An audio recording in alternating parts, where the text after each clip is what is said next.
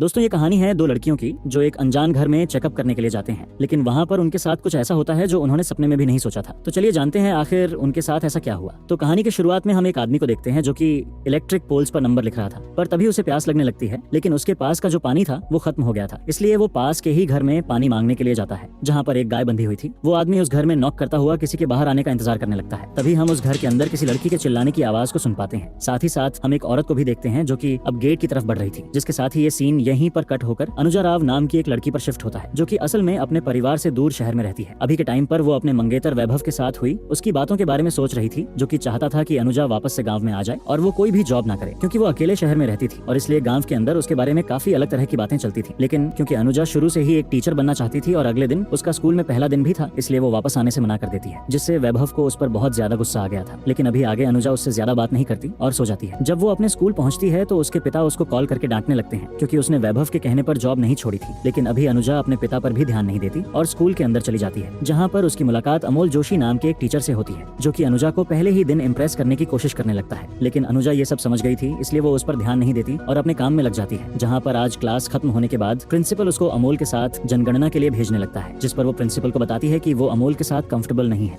लेकिन तभी वहाँ पर नेहा नाम की एक टीचर आती है और अब वो अनुजा की बात सुनकर खुद अनुजा के साथ जाने का फैसला करती है, जहाँ रास्ते में वो दोनों बहुत अच्छे से बात करते हुए जाते हैं और अपने काम को जल्दी से जल्दी खत्म करने की कोशिश करने लगते हैं। लेकिन तभी उन लोगों को वही घर दिखाई देता है जिसको हमने कहानी की शुरुआत में देखा था। तब अनुजा वहाँ पर भी पूछताछ करने के लिए जाने लगती है। इस पर नेहा उसको रोकने की कोशिश कर रही थी, क्योंकि उसे उस घर के लोग थोड़े अजीब लगते थे, लेकिन अनुजा उसकी बात को नहीं मानती और उस घर में पूछताछ करने के लिए निकल जाती है। अब जब वो दरवाजे पर नॉक करते हैं तो एक औरत गेट खोलती है जिसका नाम प्रेरणा थी। तब अनुजा उसे अपने बारे में बताती है और उसे गेट खोलने के लिए कहती है। अब उस औरत के बात करने के तरीके से हम समझ पाते हैं कि उसकी दिमागी कंडीशन सही नहीं थी, साथ ही साथ वो पूरी तरह से मैच्योर भी नहीं लग रही थी। लेकिन तभी अनुजा नोटिस करती है कि प्रेरणा प्रेग्नेंट भी है, इसलिए वो उससे पूछती है कि ये उसका पहला बच्चा है या और भी बच्चे हैं, जिस पर प्रेरणा अजीब तरह से हंसते हुए जवाब देती है कि बच्चे वो तो पैदा होते ही मर जाते हैं, वो बस पैदा होते हैं और थोड़ी देर रोते हैं और फिर मारे जाते हैं। और ये जवाब सुनने के बाद अनुजा और नेहा का तो मनो दिमाग काम करना बंद कर देता है, उनको कुछ भी समझ में नहीं आ रहा। तब वो घर में मौजूद लोगों के बारे में पूछती है तो उनको पता चलता बोलता है कि उस घर के अंदर लीला, घनश्याम और भोला नाम का एक नौकर भी था। खैर, अब इतने में ही वहाँ पर लीला आ जाती है, जो कि खुद भी अनुजा और नेहा से बहुत ही ज्यादा अजीब तरह से बात कर रही थी, इसलिए वो दोनों वहाँ से चली जाती हैं। पर बाहर हम एक आदमी को देख पाते हैं जो कि नेहा और अनुजा दोनों को ही देखकर बहुत ही ज्यादा हफ्सी वे में स्माइल करने लगता है, मतलब उनको गंदी नजर से देख रहा था और ये उस घर का नौकर भोला था, जिससे अब अनुजा और नेहा बहुत ज्यादा घबरा गए थे, इसलिए वो तुरंत ही वहाँ से निकल जाते हैं। लेकिन अब अनुजा ने उस घर की फोटो खींच ली थी और अब जब वो दोनों स्कूल में पहुंचते हैं तो वहाँ पर नेहा का भाई नारू नेहा को ढूंढते हुए आ गया था, जो कि बहुत ही ज्यादा गुस्से वाला इंसान था और उसे नेहा की बहुत ही ज्यादा टेंशन भी रहती थी। तब नेहा उसको अपने काम के बारे में बताकर उसको अपने साथ घर लेकर चली जाती है। पर अब रात में हम अनुजा को देख पाते हैं जो कि अभी भी प्रेरणा के बर्ताव के बारे में ही सोच रही थी। साथ ही साथ उसने प्रेरणा की गर्दन पर चोट के निशान भी देखे, इसलिए उसे लगने लगता है कि प्रेरणा के साथ कुछ तो गलत हो रहा है और इसलिए वो वापस से नेहा को उसी घर में चलने के लिए कहती है, जिस पर पहले तो नेहा मना कर देती है, लेकिन बाद में अनुजा की जिद के आगे उसे झुकना पड़ता है और वो दोनों वापस से उसी घर में पहुंच जाते हैं, जो कि उनकी जिंदगी की सबसे बड़ी गलती थी। अब यहाँ पर भोला उन्हें देखता है तो वो बहुत ही ज्यादा एक्साइटेड हो जाता है और वहीं हमें भोला को देखकर ये भी समझ में आने लगता है कि वो भी एक तरह का साइको है। अब वो जल्दी से अनुजा और नेहा को घर के अंदर लेकर आता है और लीला के सामने खड़ा कर देता है। तब लीला से बात करने पर अनुजा को पता चलता है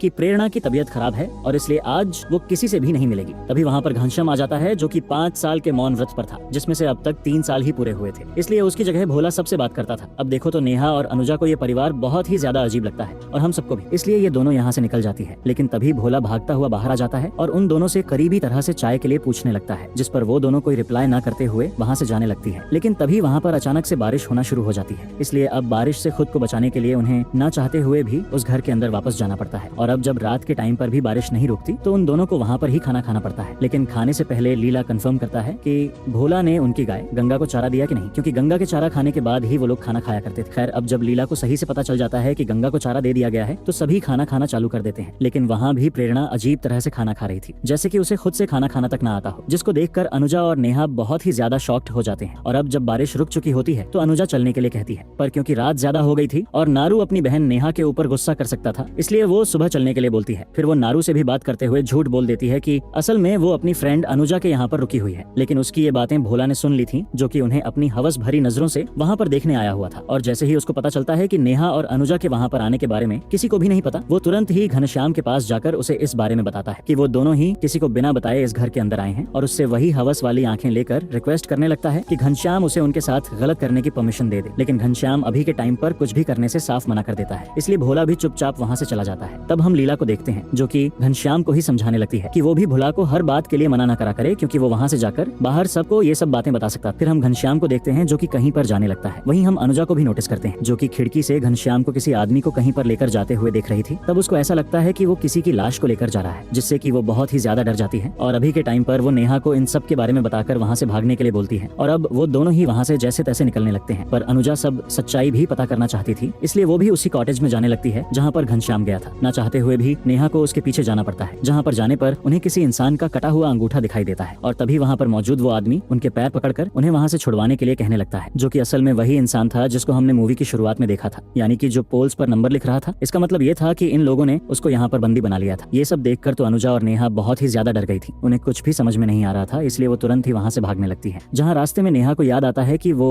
अपना फोन तो रूम के अंदर ही भूल आई, इसलिए उन्हें वापस जाना पड़ता है, जहाँ पर उसे फोन तो मिल जाता है, लेकिन अब उन्हें रात में वहाँ से निकलने में भी डर लग रहा था, क्योंकि अगर वो पकड़े गए तो उनका भी वही हाल होगा जो इस आदमी का हुआ था। इसलिए वो प्लान बनाते हैं कि वो सुबह वहाँ से बिना किसी को बताए ही नॉर्मली वहाँ से निकल जाएं और अब अगली सुबह ये दोनों ठीक वैसा ही करते हैं। लेकिन तभी लीला घनश्याम को बता देती है कि रात में दोनों लड़कियां उस कॉटेज में चली गई थी। उन्होंने उस पोल मैन को वहाँ पर देख लिया होगा, जिसको जानने के बाद घनश्याम भागता हुआ नेहा और अनुजा की स्कूटी का पीछा करने लगता है। और इन दोनों की किस्मत इतनी खराब थी कि अभी के टाइम पर अनुजा की स्कूटी भी एक गड्ढे में फंस जाती है और इसलिए ये दोनों पकड़ी जाती है। और इसको देखने के बाद लीला की भी जान में जान आती है, इसलिए वो भी हंसती हुई घर के अंदर वापस चली जाती है, क्योंकि इनको ये लग रहा था कि ये लोग फंस जाएंगे। अब भोला नेहा और अनुजा को अंदर लाकर उन्हें एक रूम के अंदर कैद कर देता है, इसलिए वो दोनों बहुत जोर जोर से चिल्लाने लगे। और वही भोला वापस से घनश्याम से उन लड़कियों के पास जाने के लिए पूछता है, जिस पर लीला बोलती है कि अभी पहले उन्हें थोड़ा टूट जाने दो और उसके बाद चले जाना, जिस पर भोला भी मान जाता है। पर क्योंकि अभी के टाइम पर नेहा के चिल्लाने की आवाज उसको इरिटेट कर रही थी, इसलिए वो नेहा के मुंह पर जाकर गर्म पानी फेंक देता है, जिससे कि नेहा बहुत बुरी तरह से जल गई थी। तब अनुजा उसको संभालने की कोशिश करती है, लेकिन नेहा उस पर ही गुस्सा कर रही, क्योंकि वो उस घर में अनुजा की वजह से ही फंस गई थी। अब आगे हम वैभव को देख पाते हैं, जो कि अनुजा को वापस लाने के लिए उसके घर में पहुंच गया था और सेम टाइम पर वहाँ पर नारू भी आ जाता है, क्योंकि उसको लग रहा था कि नेहा अनुजा के घर पर रुकी होगी। पर वहाँ पर वैभव और नारू के बीच में बहस होने लगती है, जिसके अंदर नारू अनुजा के ऊपर इल्जाम लगा रहा था कि वो नेहा को बिगाड़ रही है और वैभव नेहा के लिए बोलता है कि वही उसे जॉब करने के लिए उकसाती होगी। लेकिन इतने में ही वहाँ पर अनुजा का मकान मालिक पहुंच गया था और वो दोनों को शांत करवाकर उन्हें वहाँ से भेज देता है। वहीं हम उस डरावने घर के अंदर अनुजा को देखते हैं, जिसकी रूम की हालत देखकर उन्हें समझ आ गया था कि इस रूम के अंदर पहले प्रेरणा रहती थी और शायद घनश्याम ने ही प्रेरणा को भी पकड़ कर रखा हुआ है। और क्योंकि वो भी अपनी हालत प्रेरणा जैसी नहीं करवाना चाहते थे, इसलिए वो जोर जोर से गेट को पीटने लगते हैं। तभी वहाँ भोला और घनश्याम पहुंच जाते हैं। इसको देखकर अनुजा उन पर हमला करके वहाँ से भागने की कोशिश कर रही थी, लेकिन घनश्याम और भोला उन पर भारी पड़ता है। वो उन्हें बेल्ट से बहुत बुरी तरह पीटते हैं और वापस से अपने काम में लग जाते हैं। तभी हम घनश्याम को देख पाते हैं, जो कि अब ऊपर जाकर प्रेरणा के साथ इंटीमेट हो रहा था। जी हाँ, साथ ही साथ प्रेरणा की हालत देखकर हम ये भी समझ सकते हैं कि असल में अब उसको समझ ही नहीं आता कि उसके साथ क्या हो रहा है। वो बस चुपचाप खड़ी रहती है और एक चींटी को मारने की कोशिश करने लगती है। अब आगे जब भोला नेहा और अनुजा के लिए खाना लेकर जाता है, तो उन दोनों में से उस खाने को कोई नहीं खाता, जिस पर भोला गुस्सा होते हुए नेहा को बहुत ही बुरी तरह से मारता है और वहाँ से चला जाता है। अब नेहा और अनुजा सच में बहुत ही ज्यादा टूट चुके थे, पर तभी वहाँ पर अनुजा को ऑयल का एक कंटेनर दिखाई देता है, जिसकी हेल्प से वो जैसे तैसे अपने हाथ को छुड़वा लेती है और बाद में वो नेहा को भी फ्री करवाकर वहाँ से भागने के बारे में सोचने लगती है। तब रूम के अंदर थोड़ा चेक करने पर उन्हें एक होल दिखाई देता है, जिसकी हेल्प से वो पाइप से होते हुए बाहर की तरफ निकल गए थे। अब तब तक बाहर हम नारू को देख पाते हैं, जो कि अब नेहा के बारे में पूछता हुआ घनश्याम के घर में आ गया था। लेकिन जब उससे नेहा के बारे में पूछताछ करी जाती है, तो घनश्याम और भोला उसे गुमराह करने की कोशिश करने लगते हैं। तब नारू को भी उनके ऊपर भरोसा हो जाता है, इसलिए वो वहाँ से जाने लगता है। लेकिन तभी उसकी नजर पास में पड़ी हुई नेहा के फोटो पर पड़ती है, जिसको देखने के बाद नारू सब कुछ समझ जाता है कि हो ना हो नेहा यहीं पर है। इसलिए वो तुरंत ही घनश्याम को जाकर धमकाने लगता है और इतने में ही नेहा और अनुजा भी बाहर आ गई थी। पर जैसे ही अनुजा घनश्याम और भोला को बाहर देखती है, तो वो उसी कॉटेज में छिपने के लिए चली जाती है, जिसमें पोल पर नंबर लिखने वाला आदमी बंदी था। पर क्योंकि नेहा को नारू दिख गया था, इसलिए वो बाहर रहकर ही जोर से नारू को चिल्लाती है। मगर जैसे ही नारू उसकी तरफ देखता है, तो घनश्याम मौका पाकर उसके सर पर हमला करता है और बाद में एक बड़े पत्थर से उसका मुंह को कुचलकर उसकी जान ले लेता है, जो कि दिखने में बहुत ही खतरनाक सीन था। अब ये सब देखने के बाद नेहा बहुत ही ज्यादा डर गई थी। तभी घनश्याम और भोला नेहा को पकड़कर अनुजा को ढूंढना चालू कर देते हैं। फिर जब अनुजा उन्हें दिखाई देती है, तो वो भागने की कोशिश करने लगती है। अब क्योंकि कॉटेज के अंदर बना हुआ पोल मैन समझ गया था कि वो खुद वहाँ से नहीं निकल सकता, इसलिए वो अनुजा को वहाँ से भागने में हेल्प करने के लिए घनश्याम के पैर को पकड़ लेता है, जिस पर घनश्याम गुस्से में आकर उसके सिर में पास में ही पड़ी हुई एक रॉड को घुसा देता है, जिससे मौके पर ही